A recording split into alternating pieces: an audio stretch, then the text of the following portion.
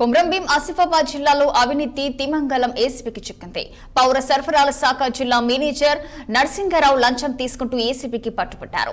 PDS rice ను గోదాంలకు తరలించే విషయంలో ఆయన దహీగాం వాసవి రైస్ మిల్లు యజమాని సందీప్ లంచం డిమాండ్ చేశారు. లంచం ఇవ్వడం ఇష్టం లేని సందీప్ అవినీతి నిరోధక శాఖ అధికారులను ఆశ్రయించి తన గోడు వెళ్లబోసుకున్నారు.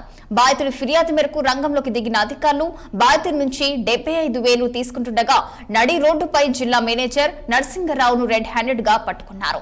ఏసీపీ బృందాన్ని చూసిన నర్సింగరావు పారిపోవడానికి ప్రయత్నించగా అధికారులు వెంటాడి పట్టుకున్నట్లు తెలుస్తుంది. కేసులో డీఎం నర్సింగరావుతో పాటు టెక్నికల్ అసిస్టెంట్ మణికంఠను అదుపులోకి తీసుకుని విచారిస్తున్నట్లు ఏసీపీ డీఎస్పీ మధు వెల్లడించారు. ప్రభుత్వ ఉద్యోగులు ధర్మంగా పనిచేయకుండా డబ్బులు డిమాండ్ చేస్తే నిర్భయంగా ఏసీపీని ఆశ్రయించాలని కోరారు.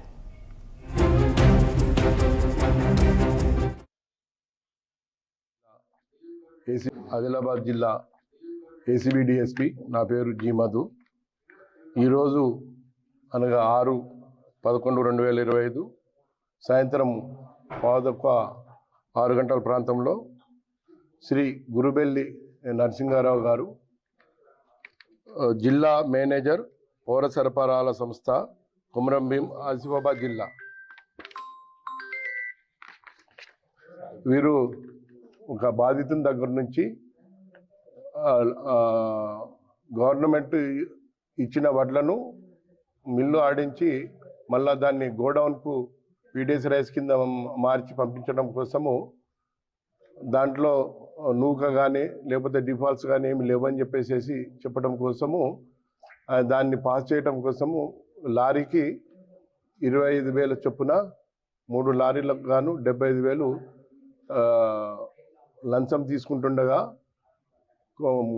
ఆసిఫాబాద్ తర్వాత ఈ మంచిర్యాల హైవే మీద లంచం తీసుకుంటుండగా మేము రెడ్ హ్యాండెడ్గా పట్టుకోవటం జరిగింది. 25,000 చొప్పున వీళ్ళు లంచం అడిగింది సార్. అయితే నేను అప్పటిదాకా ఇవ్వకుండా ఉండి ఇవాళ కూడా అడిగితే ఇస్తా సార్ అని చెప్పి ఇవాళ ఆ 75,000 తీసుకొని వచ్చిన సార్. తీసుకొని వస్తే ఇవాళ మీటింగ్ ఉండే, ఆ మీటింగ్ అయిపోయిన తర్వాత మణికాంత్ని కలవమన్నాడు. మణికాంత్ తర్వాత నాకు ఫోన్ చేసిండు. నాకు ఫోన్ చేస్తే సార్ కొంచెం కలెక్షన్ ఉంది, కలెక్షన్ తీసుకొని వస్తా సార్ అని చెప్తే, సరే నేను తోవలు ఉంటా కాదన్నారు బొంగ అంటే సరే ఓకే సార్ అని చెప్పిన. ఈ డబ్బులు తీసుకొని పోయి వాళ్ళకి ఇచ్చేసిన సార్ నేను 75,000. ఆదిలాబాద్ జిల్లా ఏసీబీ డిఎస్పీ